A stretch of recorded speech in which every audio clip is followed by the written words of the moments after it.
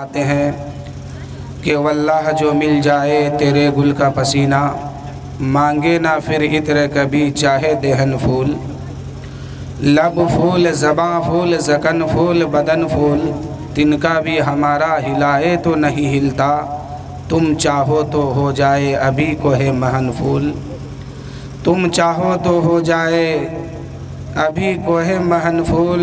اور کیا بات رضا اس چمنستان کرم کی، زہرا ہے کلی جس کی حسن اور حسین پھول۔ کیا بات رضا اس چمنستان کرم کی، زہرا ہے کلی جس کی حسن اور حسین پھول۔ اس سننے اور سنانے سے قبل بارگاہ رسالت میں درود شریف کا ہدیہ پیش کرے اور پڑھیے بابا سے بلند، رب سلم علی اللہ، رب سلم علی رسول اللہ، مرحبا مرحبا رسول اللہ، مرحبا مرحبا اللہ صلی اللہ تعالیٰ علیہ وسلم۔ حضرات غوث پاک کی شان میں چند اشعار سماعت فرمائے، اس کے بعد پھر انشاءاللہ گفتگو ہوگی۔ کہ سرکار غوث اعظم نظر کرم خدا را، سرکار غوث اعظم نظر کرم خدا را، سرکار غوث اعظم نظر کرم خدا را، میرا خالی کاشا بھر دو، میرا خالی کاشا بھر دو، میں فقیر ہوں تمہارا، میرا خالی کاشا بھر دو، میرا خالی کاشا بھر دو، میں فقیر ہوں تمہارا، سرکار غوث اعظم نظر کرم خدا را، سرکار غوث اعظم نظر کرم خدا را، میرا خالی کاشا بھر دو، میں فقیر ہوں تمہارا۔ اور آگے شعر سنیے کہ جھولی کو میرا بھر دو، میں دیوا کہ جھولی کو میرا بھر دو، ورنہ کہے گی دنیا جھولی کو میری بھر دو، ورنہ کہے گی دنیا غوث الورا کا منگتا، غوث الورا کا منگتا، پھرتا ہے مارا مارا، غوث الورا کا منگتا، پھرتا ہے مارا مارا، جھولی کو میری بھر دو، ورنہ کہے گی دنیا۔ سبحان اللہ۔ مسجد کے سیکریٹری ہے، اللہ ان کی عمر میں اور برکت دے اور پکا سچا مسلمان بن کے جینے کی توفیق دے، کہیے آمین۔ شعر سماعت فرمائے کہ غوث الورا کا منگتا، پھرتا ہے مارا مارا، جھولی کو میری بھر دو، ورنہ کہے گی دنیا غوث الورا کا منگتا، پھرتا ہے مارا مارا، سرکار غوث اعظم نظر کرم خدا را۔ اور شعر آگے سنیے کہ عطا دستگیری کوئی میرے دل سے پوچھو، یہ عطا دستگیری کوئی میرے دل سے پوچھو، یہ عطا دستگیری کوئی میرے دل سے پوچھو، وہیں آ گئے مدد کو، وہیں آ گئے مدد کو، میں نے جب جہاں پکارا وہیں آ گئے مدد کو، میں نے جب جہاں پکارا۔ اے میرے دوستو، غوث پاک رضی اللہ تعالیٰ عنہ کا نام وہ نام ہے کہ جو انسان ایک بار مصیبت میں لے لیتا ہے، غوث پاک ان کی مدد فرما دیتے ہیں۔ غوث پاک کا بے شمار واقعہ ہے کہ غوث پاک کا چاہنے والا کبھی غوث پاک کا چاہنے والا کبھی مایوس نہیں ہوتا، غمگین نہیں ہوتا ہے۔ اور غوث پاک فرماتے ہیں کہ اگر میرا چاہنے والا آخری حصے میں دنیا کے آخری کونے میں کھڑا ہو اور مجھے پکارتا ہو تو میں ان کی مدد کرتا ہوں، ہاتھ بڑھاتا ہوں اور مدد فرما دیتا ہوں۔ تبھی تو اعلیٰ حضرت فرماتے ہیں کہ تجھ سے در، در سے سگ، سگ سے ہے مجھ کو نسبت، تجھ سے در، در سے سگ، سگ سے ہے مجھ کو نسبت، میرے گلے میں بھی ہے نور کا ڈورا تیرا، میرے گلے میں بھی ہے نور کا ڈورا تیرا۔ اور کسی شاعر نے کہا ہے کہ میں قادری ہوں شکر ہے رب قدیر کا، سبحان اللہ سبحان اللہ، میں قادری ہوں شکر ہے رب قدیر کا، میں قادری ہوں شکر ہے رب قدیر کا، میرے ہاتھ میں ہے دامن پیران پیر کا، میرے ہاتھ میں ہے دامن پیران پیر کا۔ اور قبر میں جب منکر نکیر آئیں گے یہ کہہ کے چلے جائیں گے سونے دو اسے آرام سے، یہ دیوانہ ہے پیران پیر کا، سبحان اللہ سبحان سونے دو اسے آرام سے، یہ دیوانہ ہے پیران پیر کا۔ اور اعلیٰ حضرت فرماتے ہیں کہ قادری کر قادری رکھ، قادری میں یوں اٹھا کہ اے میرے پروردگار جب تک دنیا میں رہوں تو مجھے قادری بنا کر رکھ، اور جب اس دنیا سے جاؤں تو قادری بن کے جاؤں، تاکہ بڑے پیر میری مدد وہاں بھی کر دے۔ میدان محشر جب قائم ہوگا غوث پاک کا دامن ہوگا، غوث کا عاشق ہوگا، اور عاشق غوث غوث کے دامن کے نیچے ہوں گے، اس وقت میرے غوث جو ہے ہاتھ پکڑ کے اپنے اوپر والے کے پاس پہنچا دیں گے، وہ ان کے اوپر والے کے پاس لے کے جائیں گے۔ اسی طرح پہنچتے پہنچتے حضور کی بارگاہ میں پہنچ جائیں گے۔ اس وقت میرے نبی ارشاد فرمائیں گے اے پروردگار جتنے اچھے ہیں اسے تو لے لے، اور جتنے گنہگار ہیں اسے مجھے دے دے۔ سبحان اللہ سبحان اللہ، جب میدان محشر قائم ہوگا لوگ نفسی نفسی کے عالم میں ہوں گے، کوئی کسی کا پوچھنے والا نہیں ہوگا، ایسے عالم میں کچھ لوگ جو ہے رب کی بارگاہ میں حاضر ہوں گے۔ اس وقت اللہ فرمائے گا اے میرے محبوب تو نے جسے حاضر کیا اسے میں بھی دیکھتا ہوں، اور جسے تو نے چھپا کے رکھا ہے اسے بھی دیکھ رہا ہوں۔ میرے نبی کی بارگاہ میں ایک میرے نبی فرمائیں گے اے پروردگار جتنا اچھا ہے وہ تو لے لے، اور جتنا گنہگار ہے مجھے دے دے۔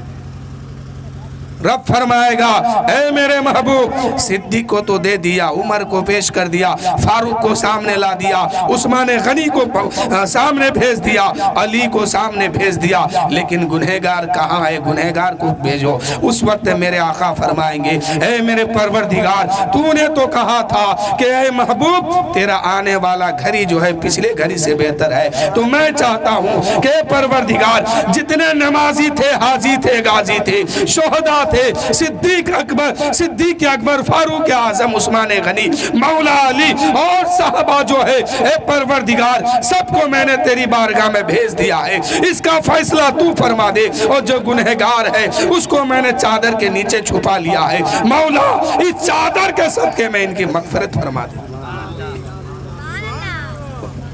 مرید اور پیر کا جو سلسلہ ہے، کسی پیر سے کوئی محبت جو کرتا ایسے نہیں کرتا، اس میں بہت فائدہ ہے، بہت بڑی راز چھپی ہوئی ہے۔ ہمارا پیر ہو یا آپ کا پیر ہو، کسی کا بھی پیر ہو، ہر پیر پیر ہے۔ جو بھی سنی صحیح العقیدہ سیدھے راستے والے ہیں وہ ہمارا پیر و مرشد ہے۔ یہ الگ بات ہے کہ ہم ایک پیر سے مرید ہو گئے ہیں، لیکن جتنے اہل سنت خانقاہ ہے، تمام خانقاہ میرے سر کا تاج ہے اور تمام کا دامن میرے ہاتھ میں ہے۔ کل میدان محشر قائم ہوگا، سب لوگ نفسی نفسی کے عالم میں ہوں گے۔ ایسے عالم میں لوگ اپنے پیر کا دامن تلاش کریں گے، میرا پیر کہاں ہے، میرا پیر کہاں ہے۔ قادری اپنے پیر کو تلاش کریں گے، اشرفی اپنے پیر کو تلاش کریں گے، رضوی اپنے پیر کو تلاش کریں گے، نقشبندی اپنے پیر کو تلاش کریں گے۔ یعنی جتنے خانقاہ ہے، ہر خانقاہ والے اپنے اپنے پیر کو تلاش کریں گے۔ تمام پیر جب مل جائیں گے، دامن سے لپٹ جائیں گے، کہیں گے حضور آپ تو میرا پیر و مرشد ہے، آپ تو میرا پیر و مرشد ہے۔ آج میدان محشر ہے، نفسی نفسی کے عالم میں ہم ہیں۔ میرے آقا میری خبر لیجئے، میرے پیر و مرشد میری خبر لیجئے۔ میں نے ہاتھ آپ کے ہاتھ میں دیا تھا، میں نے آپ کے ہاتھ میں ہاتھ دے کر آپ کی غلامی قبول کیا تھا۔ اس وقت جو ہے ہر پیر اپنے مرید کو سنبھال لیں گے اور اپنے مرید کو اپنے سے اوپر والے کے پاس پہنچا دیں گے، وہ ان کے اوپر والے، وہ ان کے اوپر والے۔ اسی طرح خواجہ غریب نواز کے پاس پہنچیں گے۔ جب لوگ خواجہ غریب نواز کے پاس پہنچیں گے، خواجہ غریب نواز خواجہ عثمان ہارونی کی بارگاہ تک پہنچا دیں گے، وہ اپنے پیر کی بارگاہ میں پہنچائیں گے۔ پہنچتے پہنچتے غوث پاک کی بارگاہ میں لوگ پہنچ جائیں گے۔ غوث پاک اپنے پیر و مرشد کے ہاں لے جائیں گے، وہ اپنے مرشد کے ہاں لے کے جائیں گے۔ چلتے چلتے مولا علی کا دامن تھام لیں گے۔ علی کا دامن تھامنے کے بعد حضرت علی اپنے نبی سے ملا دیں گے۔ سبحان اللہ۔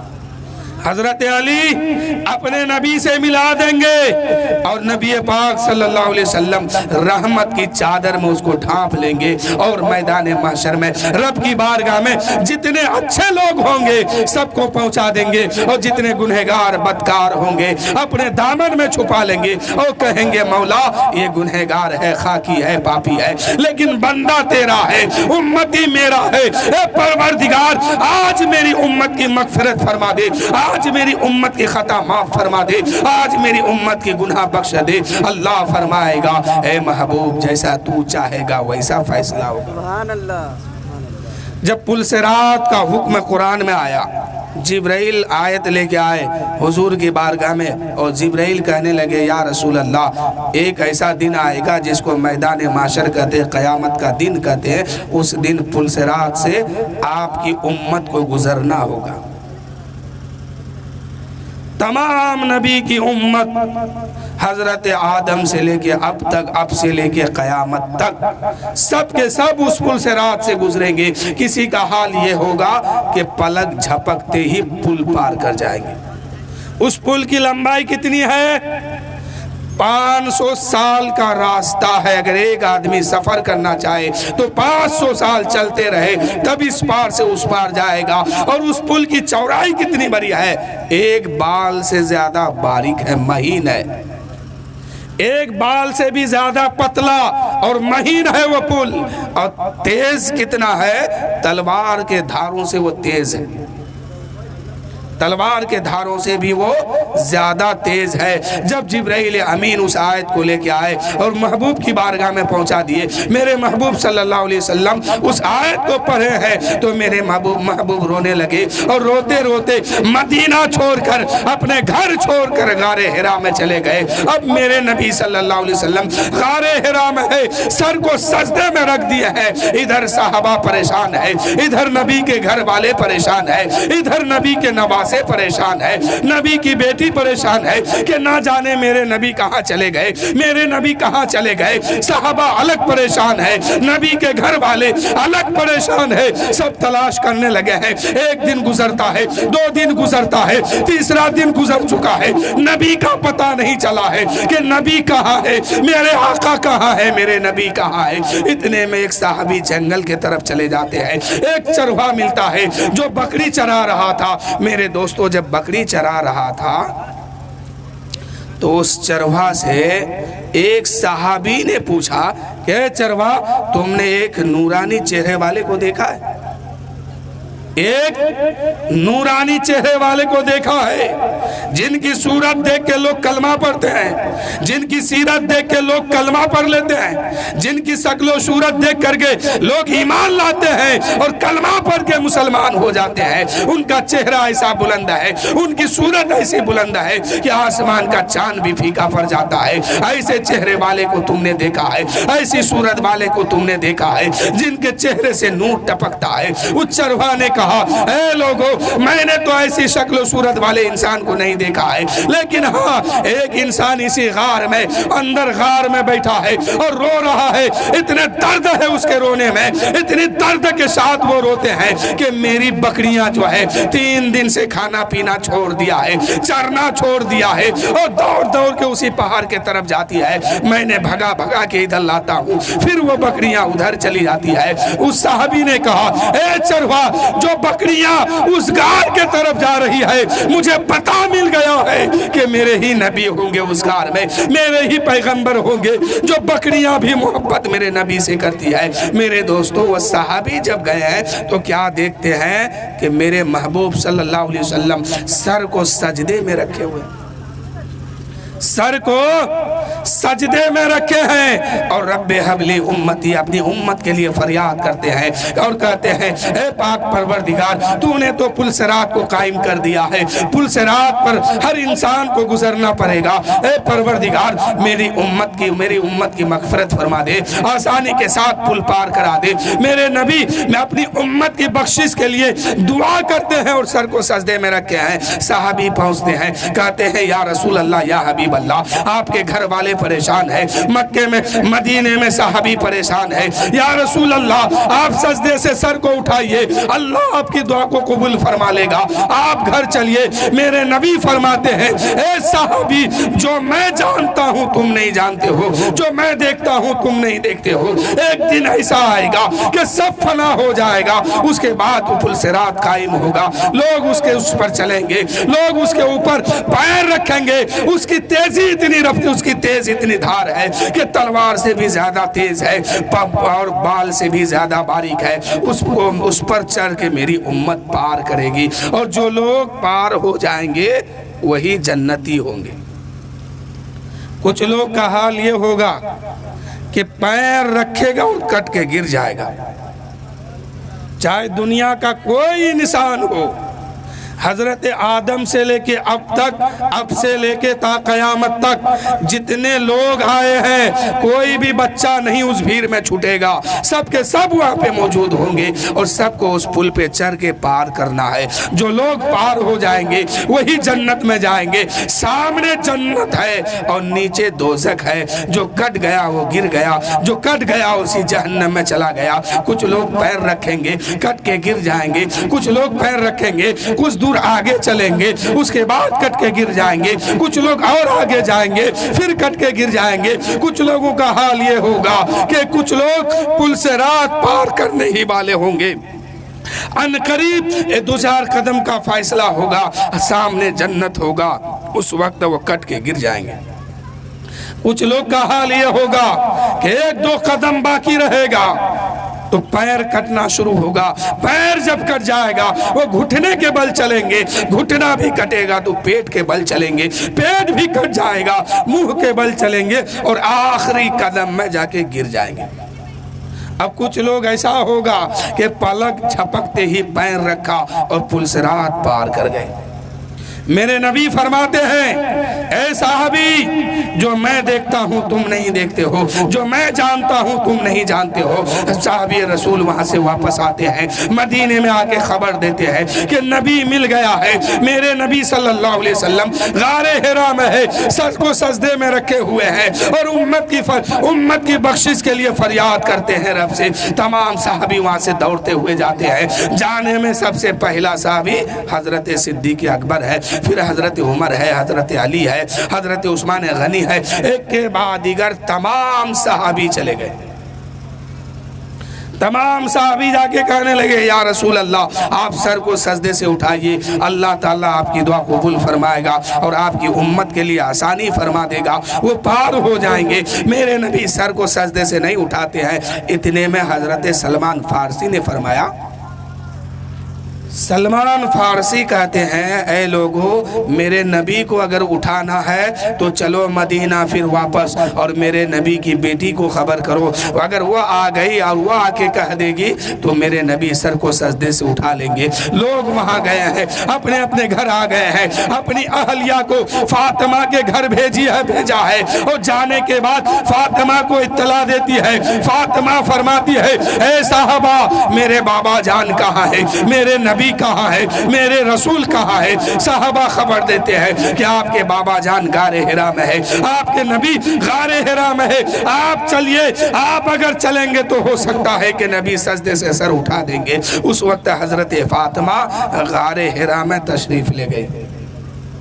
غار حرا میں جب تشریف لے گئی، جانے کے بعد میرے نبی سے فاطمہ کہنے لگی اے بابا سر کو سجدے سے اٹھائیے، حسنین کریمین پریشان ہے، مدینے کے لوگ پریشان ہے، صحابہ پریشان ہے، یا رسول اللہ سر کو سجدے سے اٹھا لیجئے۔ میرے نبی فرماتے ہیں اے بیٹی فاطمہ تم نہیں جانتی ہو، تم نہیں جانتے ہو، اللہ تعالیٰ فرماتا ہے کہ ایک دن تمہیں پل صراط سے پار ہونا ہوگا، آپ کی امت کو بھی پار ہونا ہوگا۔ اس وقت امت کٹ کے گر جائے گی، امت گنہگار ہے، امت مجرم ہو جائے گی۔ اس لیے میں اپنی امت کی مغفرت کے لیے دعا کر رہا ہوں، جب تک اللہ تعالیٰ میری امت کو معاف نہیں فرما دے گا تب تک میں سر کو سجدے سے نہیں اٹھاؤں گا۔ حضرت فاطمہ کہنے لگی یا رسول اللہ آپ سر کو سجدے سے اٹھائیے، اگر امت آسانی کے ساتھ پار نہیں ہوگی تو میں میدان محشر میں حسن کا کرتا لوں گی اور حسین کا کرتا لے کر رب کی بارگاہ میں فریاد کروں گی کہ اے پروردگار یہ تیرے محبوب کے نواسے کا کرتا ہے، اس کرتے کے صدقے میں میرے بابا جان کی امت کو بخش دے۔ میرے نبی فرماتے ہیں اے فاطمہ اگر تب بھی امت بخشے نہ بخشی نہ گئی تب اے فاطمہ کپڑا لے کے جائے گی، رب کی بارگاہ میں فریاد کرے گی، اگر امت نہ بخشی گئی تب فاطمہ کہنے لگی یا رسول اللہ اگر امت نہ بخشی گئی تو امام حسین کا کرتا لوں گی اور رب کی بارگاہ میں کھڑی ہو جاؤں گی اور کہوں گی اے پروردگار تیرے دین کو بچانے کے لیے، تیرے حبیب کی شریعت کو بچانے کے لیے میرا بیٹا گردن کٹا دیا ہے، آج اس کرتا کا صدقہ مانگتی ہوں، آج حسنین کا انصاف مانگتی ہوں۔ اے پروردگار وہ انصاف یہ ہے کہ میرے بیٹے کے قربانی کے صدقے میں میرے بابا کی امت کی مغفرت فرما دے، میرے بابا کی امت کو بخش دے، ان کی خطا کو معاف فرما دے۔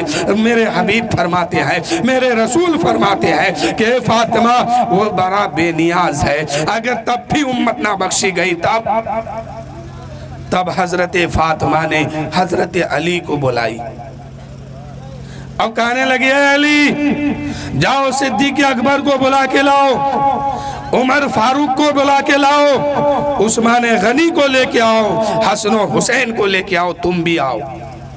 سب کے سب اب غار حرا میں پہنچے ہیں۔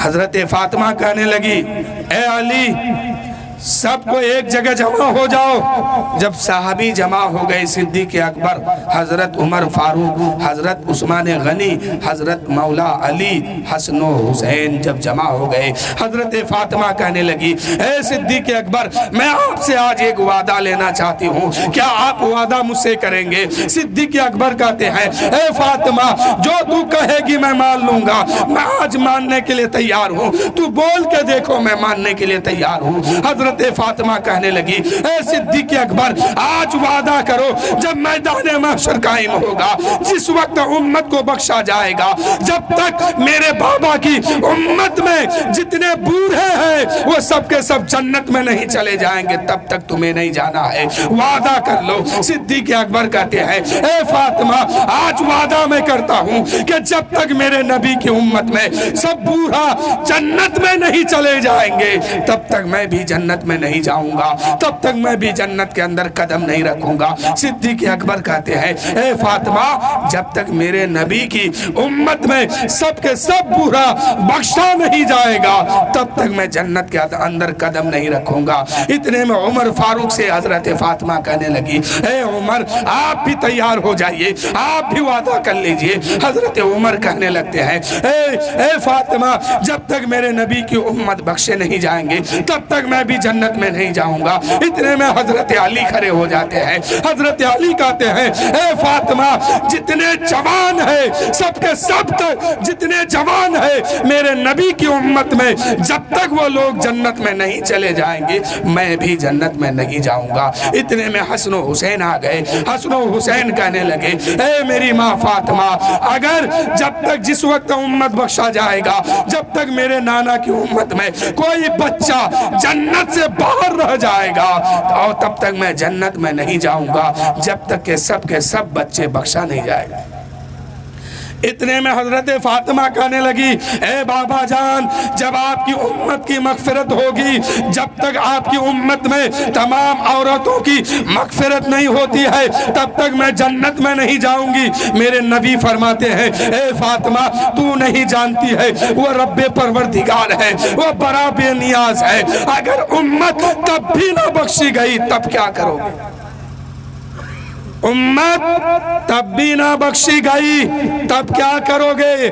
اب حضرت فاطمہ کہنے لگی اے میرے آقا اے میرے ابا حضور جب امت تب بھی نہ بخشی گئی تو میں کیا کروں گی؟ اب آپ دیکھیے آپ اپنے سر کو سجدے میں رکھے ہیں میں بھی سر کو سجدے میں رکھتی ہوں۔ جب تک اللہ تعالیٰ دنیا ہی میں آپ کی امت کی مغفرت نہیں کر دے گا تب تک میں سر کو سجدے سے نہیں اٹھاؤں گی۔ تب تک اللہ نے فرمایا اے جبرائیل کہا ہو۔ جبرائیل نے کہا یا رسول اللہ سدرہ پہ، جبرائیل نے کہا یا پروردگار اے پروردگار سدرہ پہ ہوں۔ میرے اللہ فرمایا اے جبرائیل سدرہ پہ رہنے کا وقت نہیں ہے، آج بیٹی سوالی بن کے میرے محبوب کی بارگاہ میں کھڑی ہے، آج بیٹی سوالی بنی ہے نبی کے بارگاہ میں۔ اے جبرائیل جاؤ میرے محبوب سے جا کے کہہ دو اے محبوب آپ بھی سر اٹھا لیجئے، اپنی بیٹی سے بھی کہہ دیجئے کہ وہ سر کو اٹھا لے، کل میدان محشر قائم ہوگا، جنت تیری ہوگی، امت تیری ہوگی، اشارہ کرنا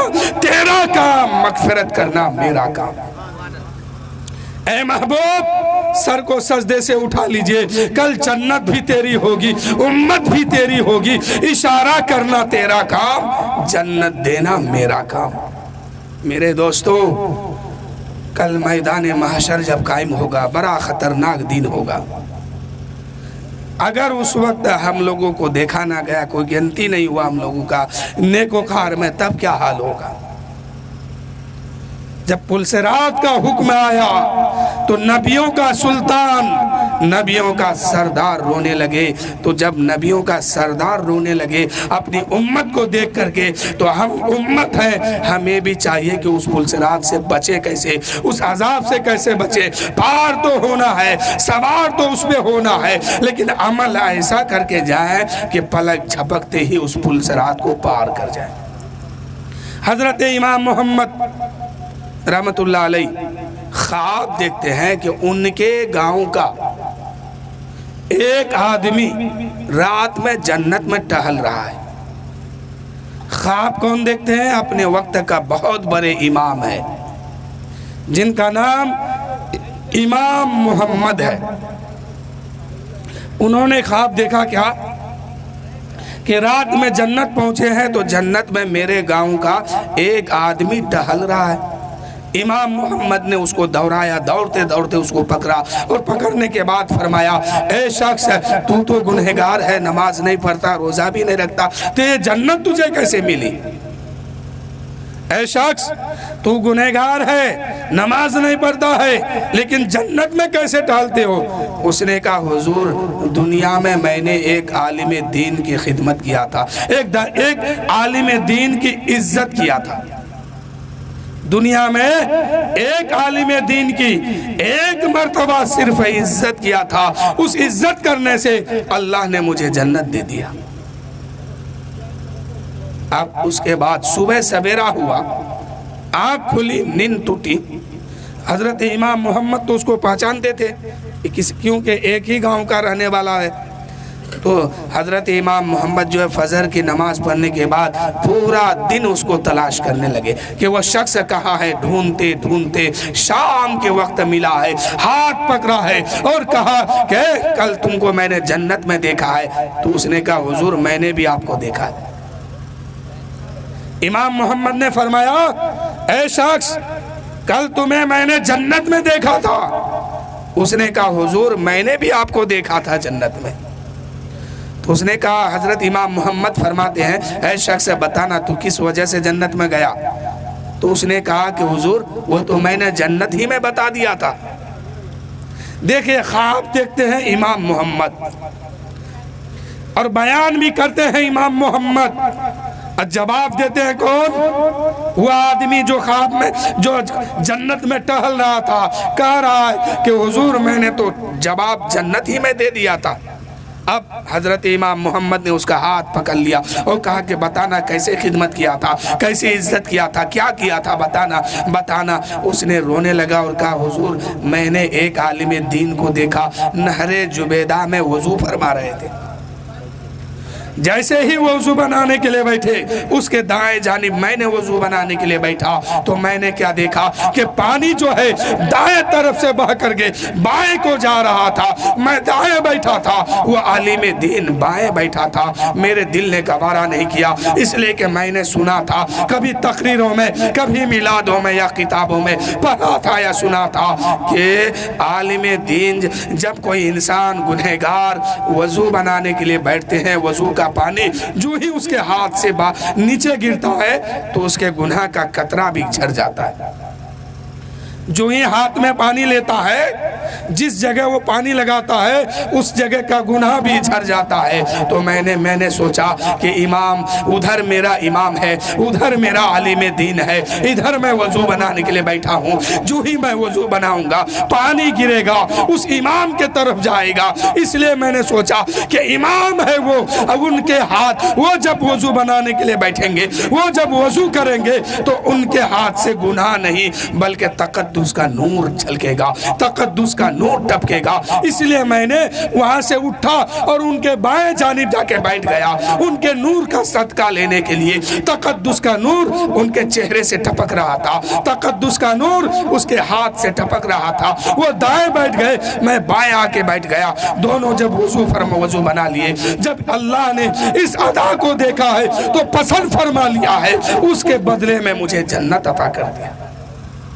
امام محمد نے اور کش کے ہاتھ پکڑے، کہا کہ اب بتا وہ امام کون ہے، وہ انسان کون ہے، وہ عالم دین کون ہے جس کی تو نے عزت کیا، اللہ نے تجھے جنت دے دیا۔ بتانا میں بھی اس کو جا کے پکڑوں گا، کسی بہانے سے اس کو نہر جبیدہ کے پاس لے کے جاؤں گا اور ان سے کہوں گا حضور ایک مرتبہ یہاں بیٹھ کے وضو کر لیجئے۔ جب وہ وضو کرنے کے لیے بیٹھیں گے میں بھی بائیں جانب بیٹھ کے وضو کر لوں گا، جنت مجھے بھی مل جائے گی۔ اتنا کہنا تھا، وہ شخص امام محمد کا گلا پکڑ لیتے ہیں اور رونے لگتے ہیں اور کہتے ہیں حضور میں نے جس عالم دین کا عزت کیا تھا وہ کوئی اور نہیں ہے، وہ آپ ہی ہے، وہ کوئی اور نہیں ہے، وہ آپ ہی ہیں جو آپ کو میں نے وضو بنانے کے لیے جب نہر جبیدہ میں بیٹھے تھے آپ دائیں طرف تھے، میں بائیں طرف تھا۔ میں اس لیے میں نے سوچا کہ دائیں طرف سے اٹھ کر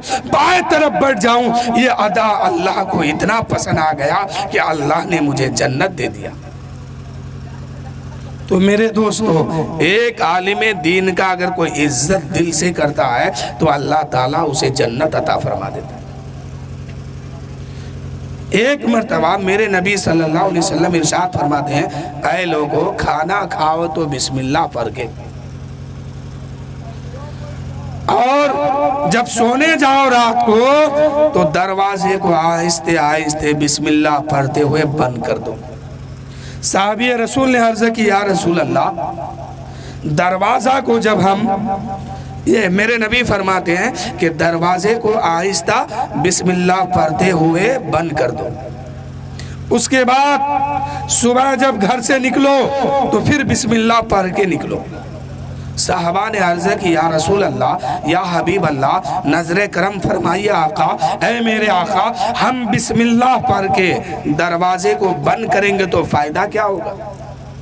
میرے نبی فرماتے ہیں اے صحابی سنو، جب تم بسم اللہ پڑھ کے دروازے کو بند کرو گے جو شیطان تمہارے پاس تھا وہ گھر سے باہر رہ جائے گا۔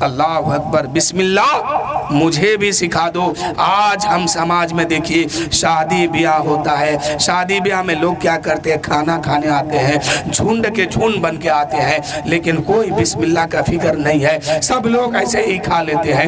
آج سے 25 سال پہلے کوئی باراتی آتی تھی یا لوگ کھانے کے لیے کسی کے ہاں جاتے تھے، دسترخوان سجتی تھی، کھانا لگ جاتا تھا، ایک آدمی کونے میں کھڑے ہو کے کہتے تھے اے بھائیو بسم اللہ پڑھ لو۔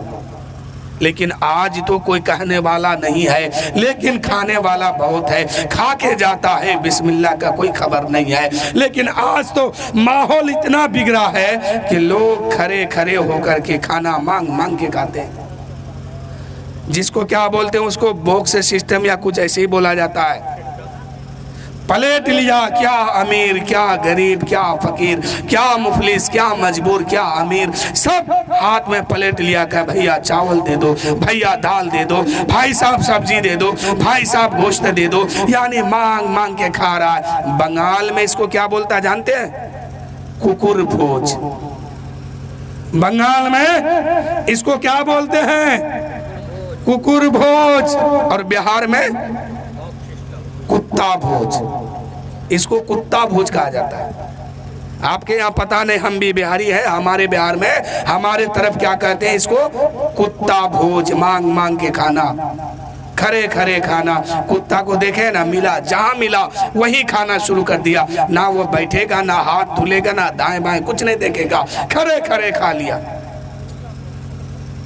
کھڑے وہ پی لیا۔ شریعت میں ہے کہ کھڑے ہو کے پینا حرام ہے۔ شریعت جس اسلام کا قانون آپ مانے ہیں، وہ اسلام کہتا ہے کہ کھڑے ہو کے کھاؤ گے تو یہ حرام ہوگا، حرام۔ کھڑے ہو کے پینا حرام ہے، کھانا نہیں، پینا حرام ہے، اور کھانا بھی منع ہے۔ کسی بھی چیز کو آپ پینے کی چیز ہے تو اس کو بیٹھ کے پیجئے، اگر کھڑے ہو کے پیتے ہیں تو یہ حرام میں گنتی آئے گا، حرام کا لائے گا۔ اور اگر کھانے کی چیز ہے تو اس کو بھی بیٹھ کے کھائیے، کھڑے ہو کے کھانا جائز نہیں ہے۔ بنگال میں اس کو کیا کہتے ہیں؟ ککر بھوج، بہار میں کتا بھوج، یوپی میں کیا اس کو بولتا ہم نہیں جانتے، آپ لوگ جانتے تو خود سمجھ لیجئے۔ کھڑے ہوا، کہا بھیا دال روٹی چاول دو، ایک طرف سے ادھر جا کے کونا میں کھا لیا۔ جیسے کتا کو ہڈی ملا، ہزاروں کتا ایک جگہ ہے، وہ چھپ کے ایک کونا میں جاتا ہے اور کھانے لگتا ہے۔ ایسے ہی آج انسان کے اندر فطرت آ گئی ہے، انسان بھی سب چیز مانگ کے لیا ہے، کونا میں جا کے کھڑے ہو کے کھاتا ہے۔ اتنی بھی توفیق نہیں ہے کہ ہم مسلمان ہیں، اتنی بھی شرم حیا نہیں ہے کہ ہم مسلمان ہیں، کم سے کم بیٹھ کے تو کھائیں۔ ارے کل مسلمان کی تاریخ کو دیکھ کر غیر کلمہ پڑھتے تھے اور کہتے تھے یہ مسلمان ہے، اس کا چلنا کتنا اچھا ہے، اس کا کھانا کتنا اچھا ہے، ان کی بولی کتنی اچھی ہے، ان کا رہن سہن کتنا اچھا ہے۔ لوگ رہن سہن کو دیکھ کر کے کلمہ پڑھ لیتے تھے۔ آج لوگ مسلمان کو دیکھ کے نفرت کرتے ہیں۔ وہ بھی ایک بچی تھی، چھوٹی سی بچی تھی، معمولی سی بچی تھی، آ کے کہنے لگی اے پھوپھی مجھے بھی کلمہ سکھا دو، پڑھا دو، یاد کرا دو۔ تو ایک آیت ہے بسم اللہ الرحمن الرحیم۔ ایک دن اس پھپھی نے اس بچی کو رٹائی ہے جو غیر کی بیٹی تھی، کلمہ والا نہیں تھی، نہ کلمہ پڑھتی تھی، لیکن دل میں ارمان جگہ ہے، دل میں شوق اٹھا ہے کہ میں بھی بسم اللہ یاد کر کے دیکھتی ہوں اور بسم اللہ پڑھ کے دیکھتی ہوں۔ بسم اللہ یاد کر لی۔ بسم اللہ یاد کرنے میں ایک دن لگے گا، زیادہ ذہن والے ہیں 5 منٹ 10 منٹ میں یاد کر لیتے ہیں، اور یاد کرنے کے بعد جب ایک بات آ گئی تو اور بتا دیتے ہیں بسم اللہ پر۔